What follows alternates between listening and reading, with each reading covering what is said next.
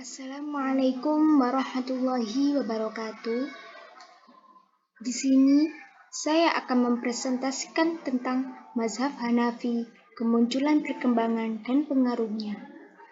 Saya Rohmatus Somia, nomor induk mahasiswa 20602110040 dari Biologi D. 1. Pengertian mazhab.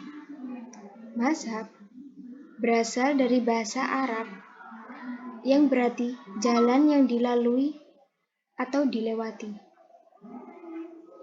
Ulama Islam berpendapat mazhab sebagai metode yang dipakai setelah melalui pemikiran dan penelitian. Kemudian orang menjalaninya dan menjadikan sebagai pedoman. Pada dasarnya, mazhab timbul karena perbedaan dalam memahami Al-Quran dan Sunnah yang tidak bersifat absolut. Menurut Profesor Said Aqil Husain Al-Munawwar dalam ensiklopedia tematis dunia Islam, mazhab fikih berarti aliran pemikiran tentang hukum yang penetapannya merujuk kepada sumber utama ajaran Islam, yakni Al-Quran dan Sunnah.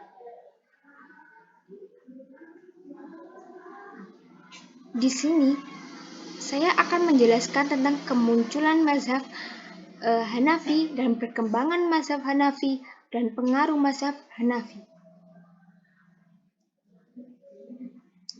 Keunggulan mazhab Hanafi.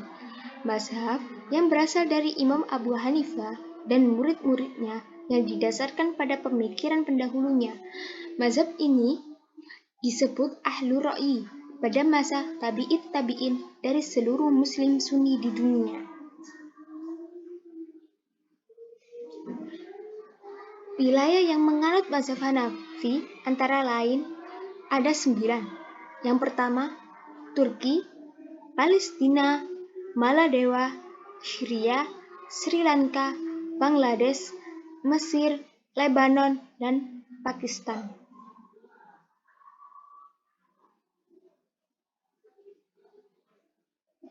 Karya Imam Hanafi dapat dibagi menjadi 3 tingkatan, yaitu Masailul Ushul, Masailul Nawadir, Al-Fatawa, Al-Waqi'at.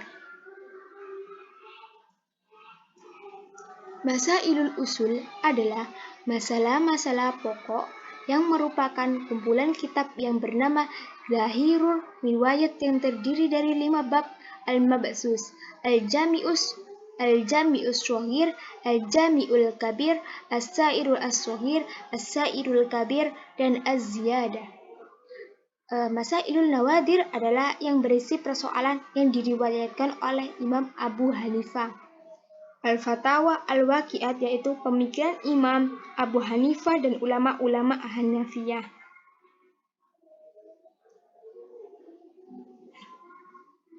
Perkembangan mazhab Hanafi. Mazhab Hanafi mulai tumbuh di Kufah atau Irak, kemudian berkembang dan tersebar luas di negara-negara Islam bagian timur pada permulaan masa perkembangannya. Berkat kekuasaan Imam Abu Yusuf yang menjabat Hakim Agung Baghdad dan berkat pengutamaan Khalifah Abbasiyah terhadap mazhab tersebut. Dalam lapangan peradilan, para pengikutnya tersebar di berbagai negara seperti Irak, Turki, Asia Tengah, Pakistan, India, Tunis, Turkistan, Syria, Mesir, dan Lebanon.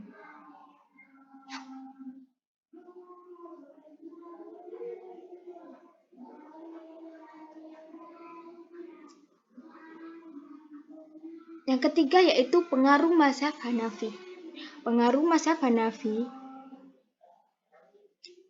yang kuat di masyarakat Abbasiyah ditunjukkan salah satunya ketika Khalifah Al-Qadir Billah mengganti hakim kota Baghdad dengan hakim bermazhab Syafi'i bernama Barizi.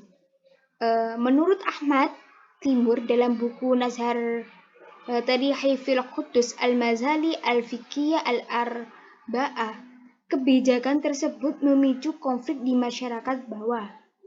Khalifah Al-Qadir Billah akhirnya mengembalikan jabatan hakim kepada ulama bermazhab Hanafi untuk menghentikan keresahan. Sejak saat itu, mazhab Hanafi memiliki posisi yang kuat dalam pemerintahan. Dalam catatan Christie S. Warren yang dipublikasikan Oxford Bibliographies, dituliskan bahwa pada abad ke-16 kekhalifahan Turki Utsmani mengadopsi mazhab Hanafi sebagai mazhab resmi negara. Camim Tohari dalam artikel yang berjudul Majalah Al-Ahkam Al-Adiliyah menulis, pada tahun 1889 Turki Utsmani meresmikan kitab Majalah Al-Ahkam Al-Adiliyah. Kitab ini disusun untuk menyamakan rujukan hukum para hakim di bawah kekhalifahan Turki Utsmani yang sebelumnya tidak memiliki kitab kompilasi hukum yang menjadi rujukan bersama. Kitab hukum ini diadopsi dari kitab-kitab muktabar dalam mazhab Hanafi. Hal ini menunjukkan sesekali lagi pengaruh mazhab Hanafi yang kuat pada era kekhalifahan Turki Utsmani. Dalam ensiklopedia Tunisia Al-Mawsu'ah At-Tunusiyah Al-Maftuhah disebut mazhab Hanafi menjadi salah satu mazhab yang punya banyak pengikut di Sunnah. Mazhab Hanafi telah masuk sejak abad ketiga Hijriah. Namun, para pengikut mazhab Hanafi mendapatkan posisi mereka semakin kuat ketika Turki Utsmani menguasai Tunisia. Mazhab Hanafi menjadi mazhab resmi. Para pejabat tentara dan para hakim bermazhab Hanafi. Syekhul Islam, jabatan mufti tertinggi negara, selalu dipegang ulama pengikut bermazhab Hanafi. Menurut Abu Zahra dalam buku Tarikh al-Mazahib al-Islamiyah, ada 3 faktor berkembangan mazhab Hanafi. Yang pertama yaitu banyaknya murid Abu Hanifah yang memiliki kecakapan dalam menjawab permasalahan-permasalahan hukum.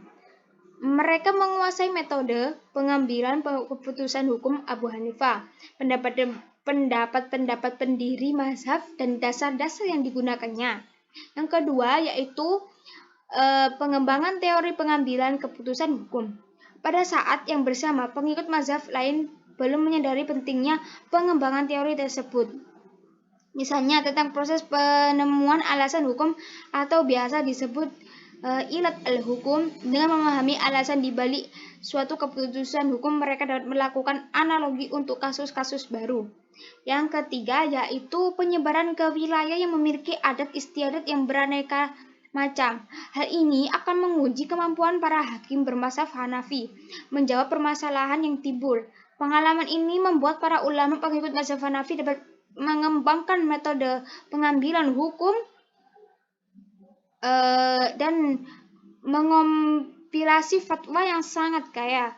Penyebaran ke berbagai wilayah tersebut tidak dapat dilepaskan dari dukungan penguasa Abbasiyah di masa lalu dan penguasa Turki Utsmani pada era modern.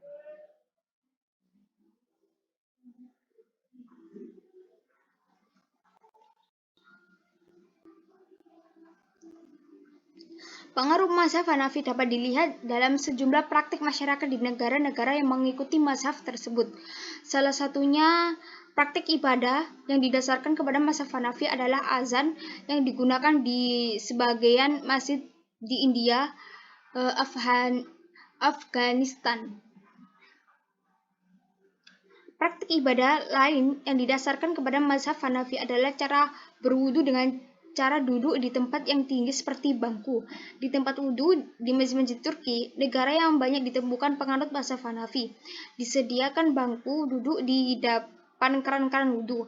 Hal ini karena dalam mazhab Hanafi, sebagaimana juga fatwa dalam mazhab Maliki, sangat dianjurkan duduk di tempat agak tinggi.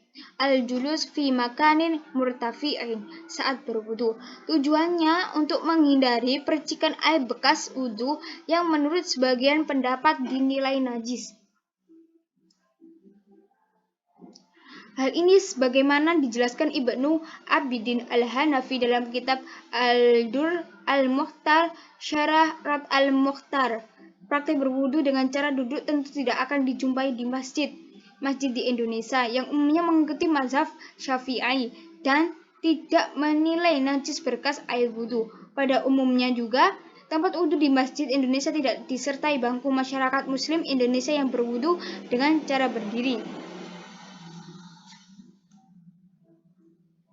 Kesimpulan dari presentasi saya pada hari ini yaitu karya Imam Hanafi dapat dibagi menjadi 3 tingkatan, yaitu Masailul Usul dan masalah-masalah pokok yang merupakan kumpulan kitab yang bernama Zahirul Riwayat yang terdiri dari 5 bab: Al-Mabsut, Al-Jami'ul Shaghir, Al-Jami'ul Kabir, As-Sa'irul As-Shaghir, As-Sa'irul Kabir, dan Az-Ziyadah.